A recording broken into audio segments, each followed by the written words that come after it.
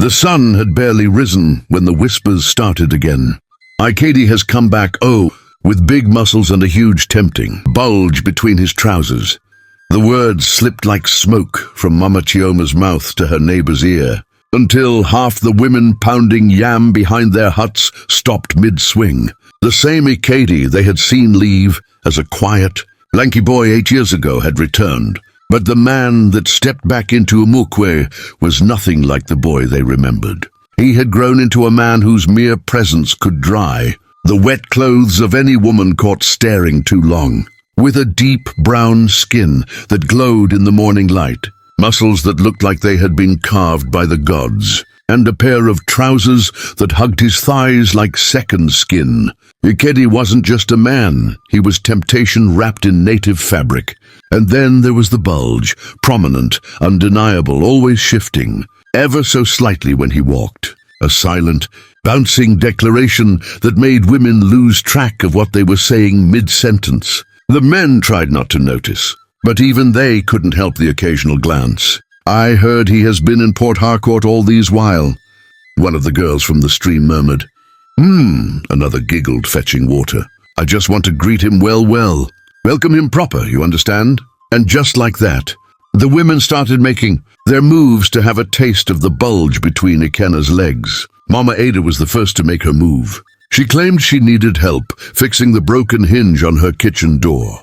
And who better to help than a strong, well-trained man like Ikedi? He was polite, always had been.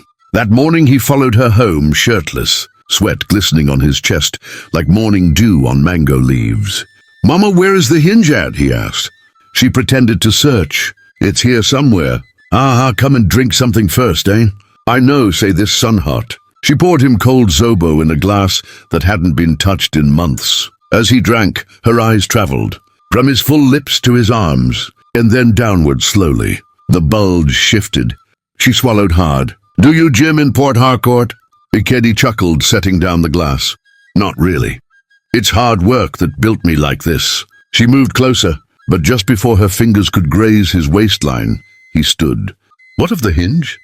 Mama Ada blinked. "Oh, yes. Hinge." That night she didn't sleep. Her mind was stuck on what could have happened, but that was only the beginning. Word spread fast, too fast. Soon, even married women began forgetting to tie their wrappers properly around him. Young girls lingered longer at the village square. The seamstress, Mama Ikedi, offered to sew him new trousers, tight ones, free of charge. "I just want you to represent us well when you go out," she said, pretending to measure his thighs twice. The village women, young, old, married, single, began dreaming things. One said she dreamt that Ikedi carried her on his shoulder and fed her roasted corn by the riverside. Another swore she saw herself pregnant, and the baby came out with bulging muscles and Ikedi's eyes. The dreams became vivid, too vivid. Even the priest's wife started avoiding eye contact with him at the evening service. But the one person Ikedi seemed drawn to was Amah. Amah was unlike the other women, not the prettiest, not the loudest, but something about her quiet, respectful grace made even wind slow down when she walked past. She never joined the others to gossip about Ikedi, never lingered near his compound. But one day she ran into him near the stream. Their eyes locked. He smiled, then looked down shyly. She nodded, then looked away sharply. No words, just a moment. And from that day, Ikedi started fetching water every morning. Same time, same place. The village noticed, and the women didn't like it. The change in their attitude towards Ikedi and Amah was subtle at first. A snide comment here, a disapproving hiss there. But by the next market day, the tension in Umukwe could be sliced with a kitchen knife. The other women watched Amah like hawks. To them, she had done nothing to deserve Ikedi's attention. But Ikedi was on a mission, and he didn't care about the village women's reactions. That night, as Amah sat outside her father's compound, peeling cassava under the moonlight, she heard a faint knock. Her heart skipped. The door creaked open, and there he was, Ikedi, shirtless again, a wrapper tied loosely around his waist. "Sorry to disturb you this late," he said, almost whispering. "I couldn't sleep, so I was just taking a stroll. I hope you don't mind if I join you to peel the cassava." She didn't speak. He sat beside her. They peeled cassava together, not saying much. Occasionally, their hands brushed, once their eyes locked too long. Then he said, "Sometimes I wish I didn't come back." "Why?" she asked. He hesitated. "Because the peace I thought I'd find away from city life isn't here." Her hands paused. "Maybe you are looking for peace in the wrong places." Silence, the kind that says more than words. Before he stood to leave, he looked at her deeply. "You have a good heart, Neoma, and it shows without you even trying." And then he was gone. She didn't sleep that night either. Mama Chinière called a meeting of concerned women. What is it that she has that we don't? She fumed. Did she rub oil on her head? Does her chest stand taller than ours? Is her waist finer? The others nodded, puffing and adjusting their wrappers. She is not even that beautiful.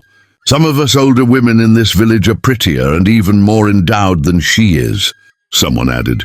And that was how the quiet war began. A war fought not with weapons, but with stares, smirks, and powder too much for one woman's face. But while others plotted, Neoma kept minding her business, and Ikedi kept finding her.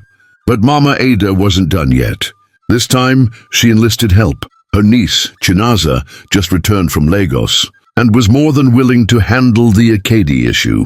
With her long, painted nails and hips that swayed like a pendulum, Chinaza made her move. She accidentally bumped into Ikedi on the narrow path to the farm, letting her wrapper slip slightly to reveal her thigh. "Ah, sorry," she gasped, clutching his arm for balance and not letting go quickly. Ikedi stepped back politely. "No wahala. Are you okay?" She smiled. "You fino, I no go lie." He simply nodded and kept walking. Chinaza blinked. She wasn't used to that. Even Lagos boys fell flat when she turned on her charm. But Ikedi just walked away, and that was when her mission changed, from temptation to revenge. By the next day, she had perfected her revenge plan. The story was everywhere. Ikedi slept with Chinaza in the bush. Mama Ijoma whispered to her friend, "I heard they did it on top of palm leaves." Another gasped. By evening, it had grown wings. He even shares his bulge with 2 small girls now. They said he gave it to 3 girls last week alone. Because of Ikedi's bulge and skills, Mama Amaka hasn't been able to walk since last night after he gave it to her like she has never received before. Even children began chanting songs with Ikedi's rumored escapades in the lyrics. He couldn't walk to the stream without hearing whispers. The worst part? Neoma heard too. She avoided him. He noticed. And for the first time since he returned, Ikedi felt ashamed. He found Neoma at the market, helping her mother sell bitter leaf. "Neoma, please, can I talk to you?" he asked, careful not to raise his voice. She didn't answer immediately. But her stepmother nudged her away, muttering, "Go and hear what he has to say." Behind the palm wine shed, she stood, arms folded. "Everything dem talk no lie," Ikedi began. "I didn't touch that girl. Or anybody." Neoma raised her brow. "But why would they lie?" He sighed. "Because they want something I don't want to give." "Which is?" "Everything. My body, my attention, my heart." She looked at him. "So who do you want to give them to?" He hesitated, then held her gaze. "Someone that hasn't even asked, but deserves it all." The space between them vibrated with unspoken things. "I just want peace, Neoma." "And you give me that." She softened slightly. "Then stop carrying trouble around with your trousers." Ikedi laughed for the first time in days. The annual festival arrived. A masquerade dance. Palm wine flowing. Drums beating like thunder on dry land. Everyone came dressed in their finest. And so did Ikedi, tight white trousers, fitted red shirt, beads around his wrist. Gasps followed him like shadows. But it was when Neoma entered that the crowd truly paused. She wore a flowing blue gown that hugged her waist, just enough and glittered under the firelight.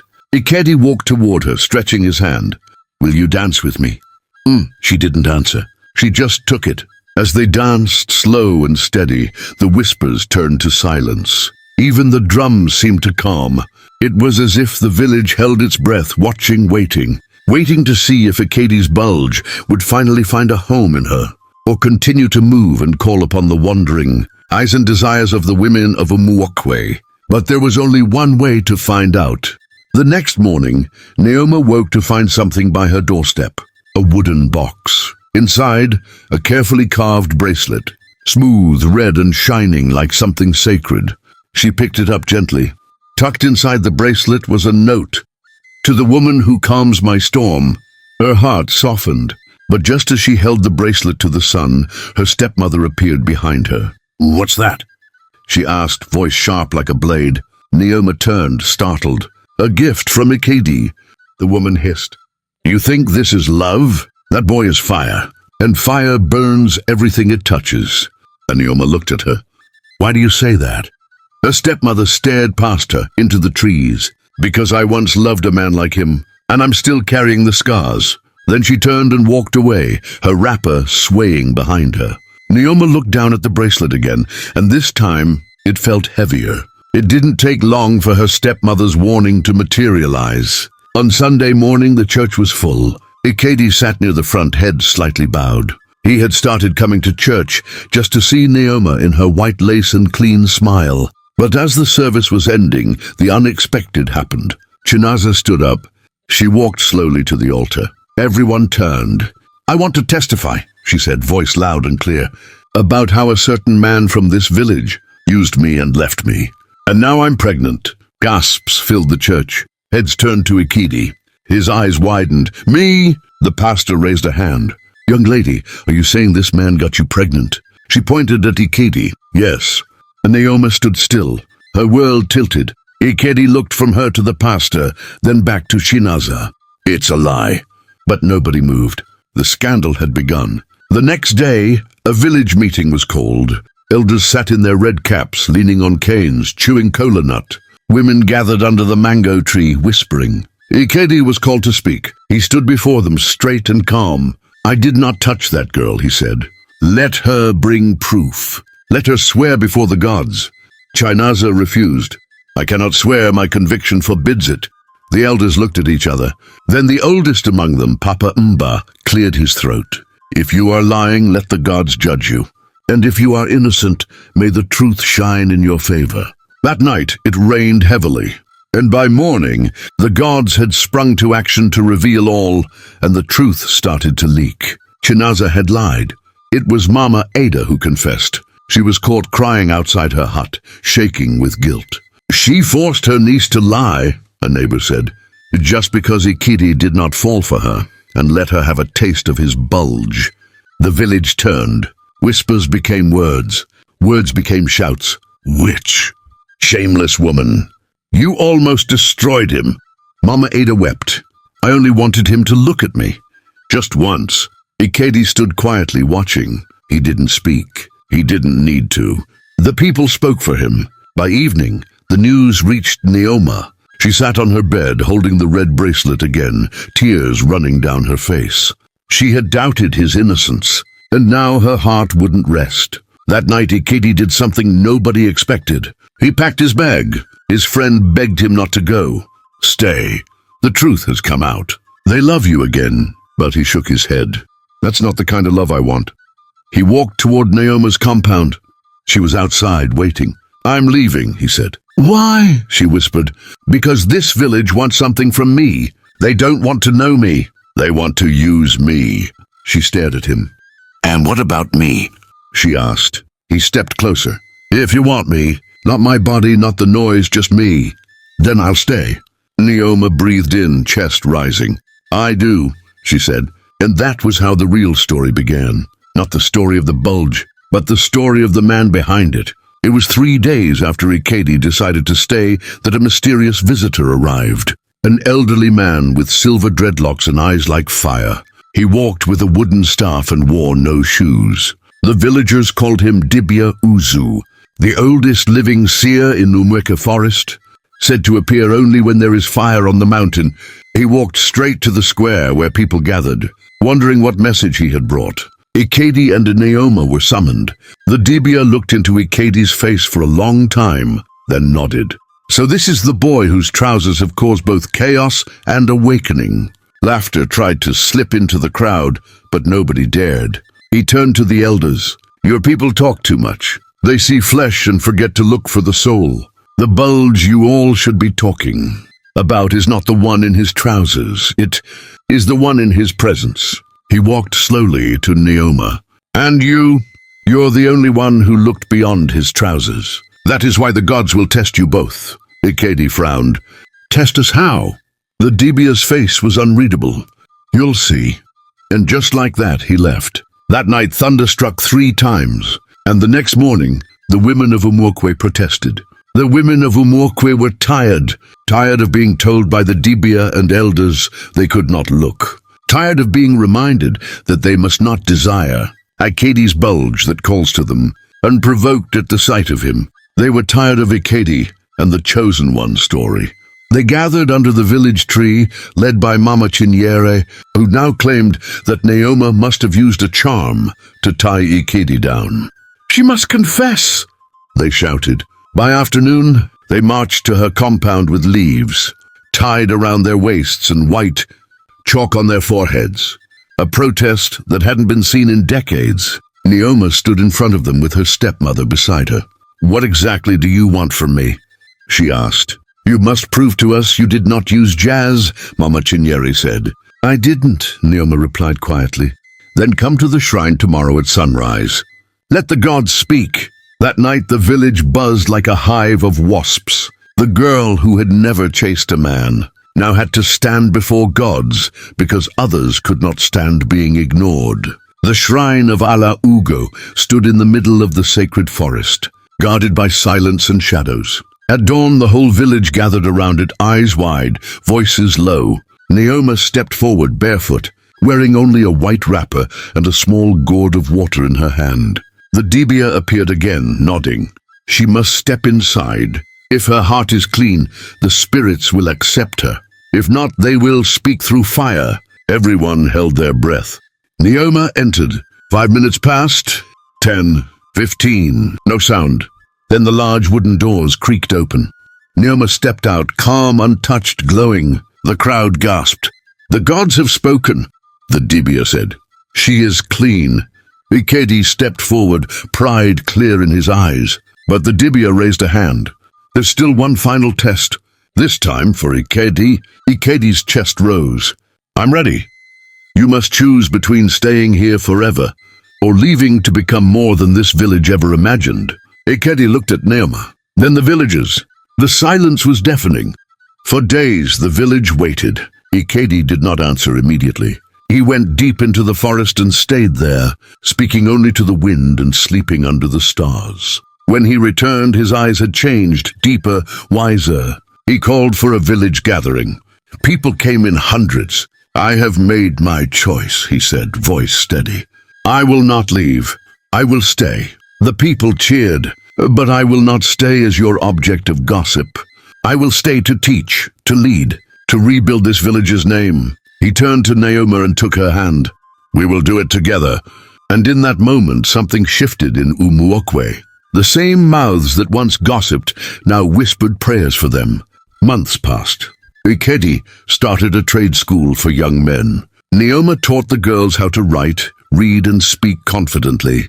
Together they became a team, more powerful than gossip, stronger than lies. And as the years rolled by, their love became a quiet fire that warmed the entire village. People stopped talking about the bulge in his trousers. Instead, they talked about the size of his heart and the power of a woman who saw what others refused to look for. Till today, when you walk through Umwokwe, you'll hear them say, no woman could tame him until the one who didn't try.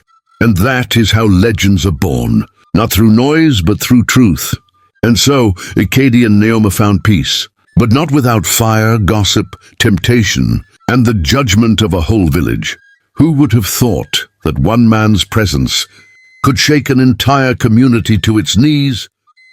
If this story held you from beginning to end, if you smiled, gasped, or paused to imagine one of those scenes in your head, then you, my dear listener, are the kind of person this channel was made for.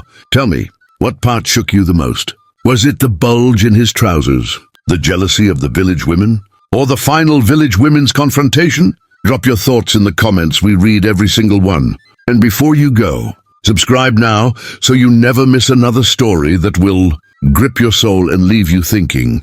Share this story with your friends, your cousin, your neighbor, your group chat. Let them come and hear the gripping story of Ikedi and his bulge. Like if you felt even a small thing from this story, it matters. And oh, the next story, it's even hotter than this one. Until then, keep your ears open, your heart soft, your bulge out of sight, and your eyes on Tales by Amah. Bye for now.